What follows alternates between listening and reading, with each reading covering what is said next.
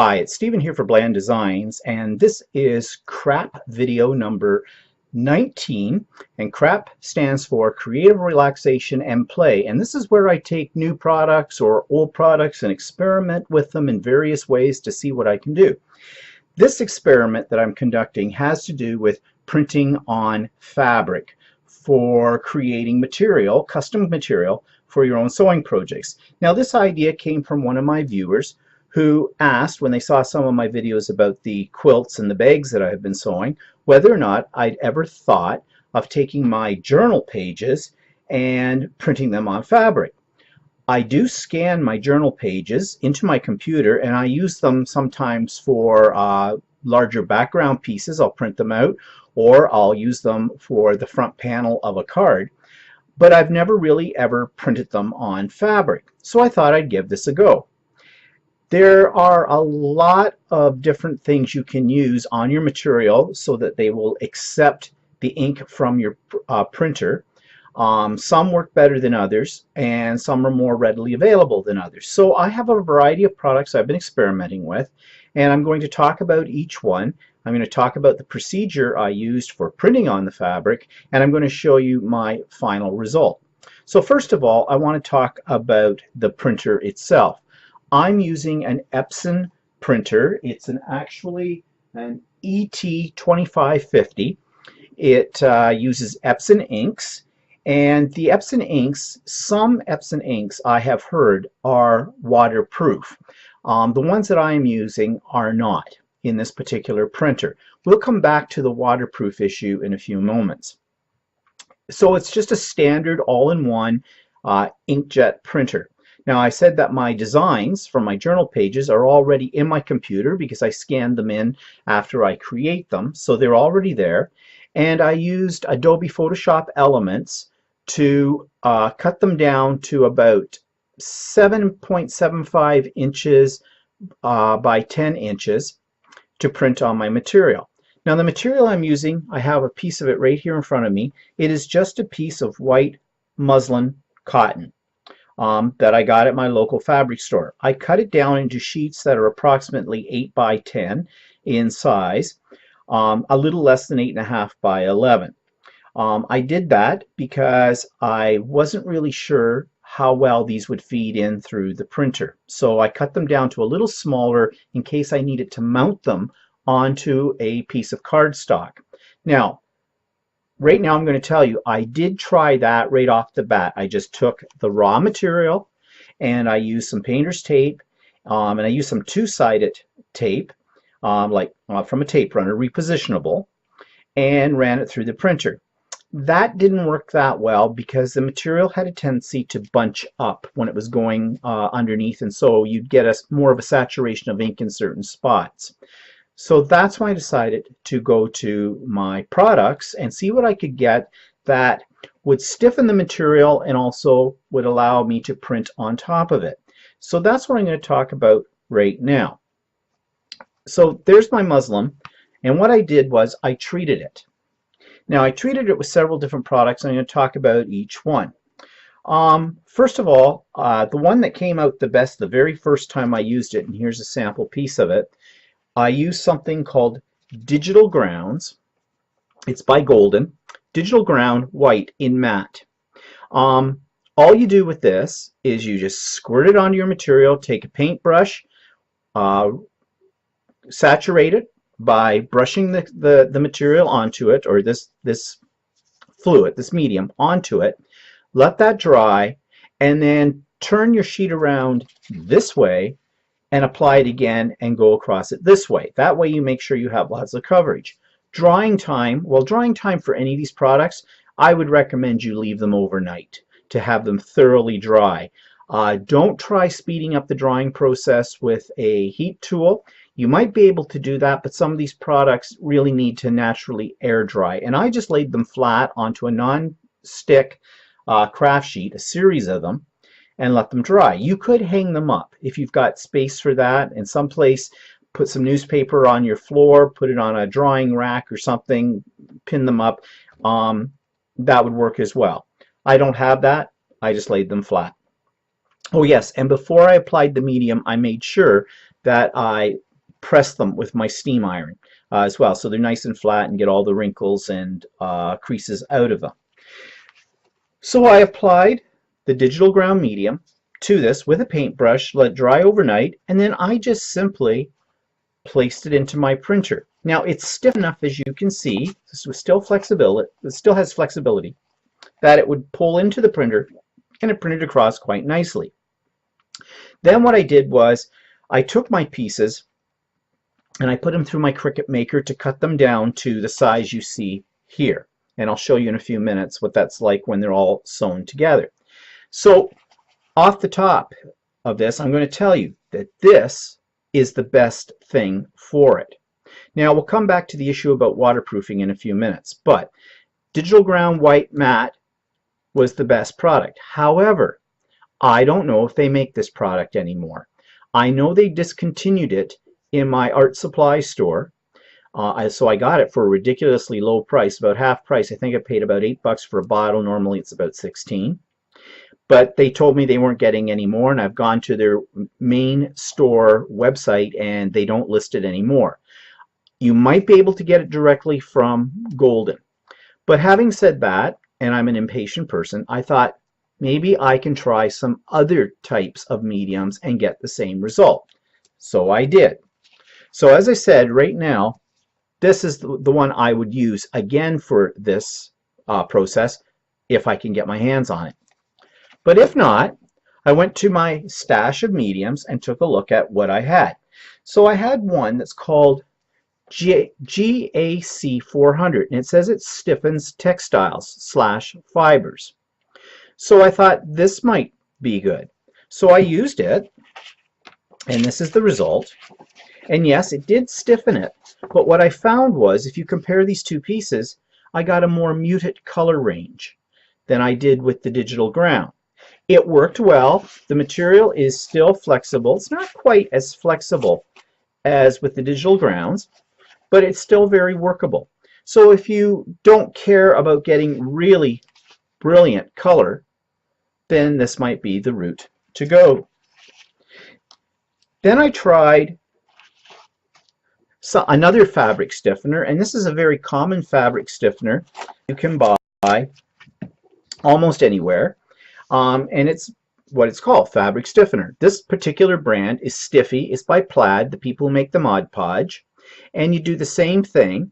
You just apply it with a paintbrush, and again I think I only gave it one coat of the Stiffy, let it dry overnight, and you can see, yes, it stiffens up the material, and the color compared to the GAC 400, it's about the same. It's still not as brilliant as the Digital Ground.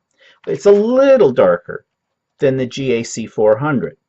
So that would work as well. But the one thing you got to be aware of is that the fabric stiffener is actually water-based, and I think if you wash this, the fabric stiffener will come out of it.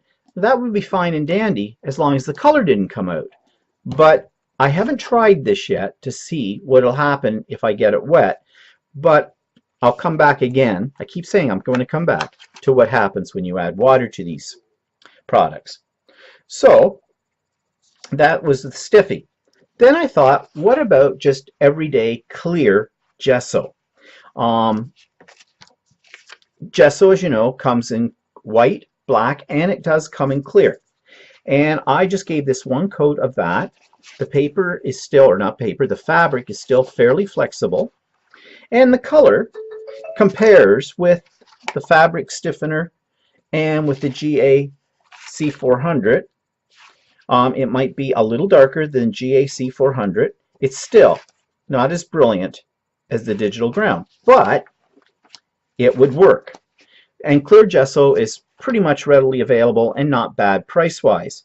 So that's an alternative as well. Now the thing about clear gesso is when it comes to being waterproof on your material, it is an acrylic product, so it is permanent. It is waterproof. However, you're putting your ink on top of it. So that doesn't mean that your ink will be waterproof. Then I tried another product, which is GAC 900, which is a fabric painting medium. What this is meant for is to take your acrylic paints, mix it with this, and your acrylic paints are now a fabric paint. But I didn't mix any paint with this. I just simply brushed it across the piece of muslin, let it dry overnight, and you can see that the material is very, very flexible. Now, I got this piece to go through the printer the first time I tried it without any problem. However, I put this on other pieces of the muslin, and I think I'd get the same result, and the printer would not pull it through. In fact, at one point it pulled it right into the printer and bunched it all up in a corner. I had to open up the printer and take it out. So I really don't recommend this. Now, there is a possibility here that what you could do, and I just thought about that as I'm speaking, that if I mixed that fabric painting medium with white acrylic paint and then painted it on, I'm not sure what would happen. It would definitely stiffen up the material, but whether or not you could print on it with the printer, I'm not sure, because it is acrylic paint, and acrylic paint is basically polymer plastic, and you're putting a water-soluble ink on top of it. It might all just bead up. So I'm not sure about that. That's for a future experiment, maybe. So I tried all these different products, and as I said, I'm out of the digital grounds, but there is another product, but this one is also discontinued, but I do have a full bottle of it. I bought it at the same time as I bought the digital ground, and this is digital ground for non-porous surfaces. Now, material is porous, but I thought, what the heck, I'd give it a try. And this was the result. And the result here is that it stiffened the material enough that I can put it through the printer, but at the same time, you could print on it. Now again, I'm not getting the brilliance in the color that I got with the digital ground, the matte white, but this would work as well. So these are all the products that I used, and I'll show you here now the results with water. Now I only tested the water on one type, and that was the first one that I used, the one I liked the best, and that was the digital ground, this one, the very first one I used. I just simply put this in a sink and ran water over it and wrung it out, and this is what I got. So you can see, here's what the original piece looked like. If I find it here, it was the same stuff I put on this one, but when I ran it through and I wrung it out and I ran it through until the water ran clear, this is what happened. So the ink did wash out, and this is what it left behind. So not waterproof. The ink will definitely run through. Now maybe your printer is using not a dye-based ink. Maybe it has a more permanent ink, and I have heard that there are some inks you can buy for your printers that are permanent. But I thought, well, what have I got laying around that might make this more permanent? So I went into my cupboard and I came out with some boot protector spray. The particular brand I used was called Novi, N-O-V-I. I don't know if it matters what brand you use. It happened to be what I had in the cupboard, and I thought, well, it's meant for boots, for waterproofing boots. So I sprayed it onto here on this one, and I did the same thing as I did with this one. I ran it under a tap, I rinsed it all through, I wrung it out, and none of the color came out of it whatsoever. So here's the piece that's been protected. Here's my original piece that is not protected but has not had water put on it, and you can see virtually absolutely no difference. So that might work in a crunch. Okay, so conclusion with this. In terms of if you're creating something that you want to make material for that is not going to ever see water, then I think first choice is the digital ground white matte. If you can't get that, I think I would go next to the digital ground for non-porous surfaces. Again, this may be discontinued. So I would go then from that to probably, where is it? Let me find it.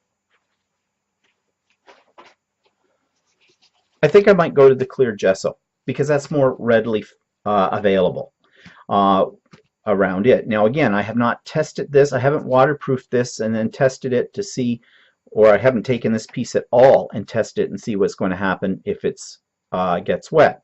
I will do that though. And I'll put that aside and I'll come back and show you what happens there. I already told you what's going to happen here. And the last one is the stiffy. Because this definitely makes this really quite stiff. It's almost a canvasy texture to it. But again, I have to give it the water test to see what will happen with that. So I'll put those aside so I can do that in a moment. And I will now show you what it's like when you sew them all together. So let's move this out of the way. And move some bottles out of here. So this is what I did. Now all of these pieces were done with the digital grounds, the white matte. And I put them through the Cricut to cut them all the same size, and I used the fabric marking pen in the Cricut so I knew where my seam allowances were. That's what these blue lines are. And I sewed them together on my sewing machine. So there's 1, 2, 3, 4, 1, 2, 3. There's 12 panels here. Each one is approximately, when sewn, about 7.5 by about 8 inches in size. And so you can see, here's my whole sheet of material. Now my idea here is that I make several of these large ones, and then I can cut out my pieces for making, say, a tote bag or something like that. I think I would treat this first, because if I make it into a tote bag and you take it outside and it's raining, you really don't want your inks to start to run from that. So I think I would cover it in that boot protector spray.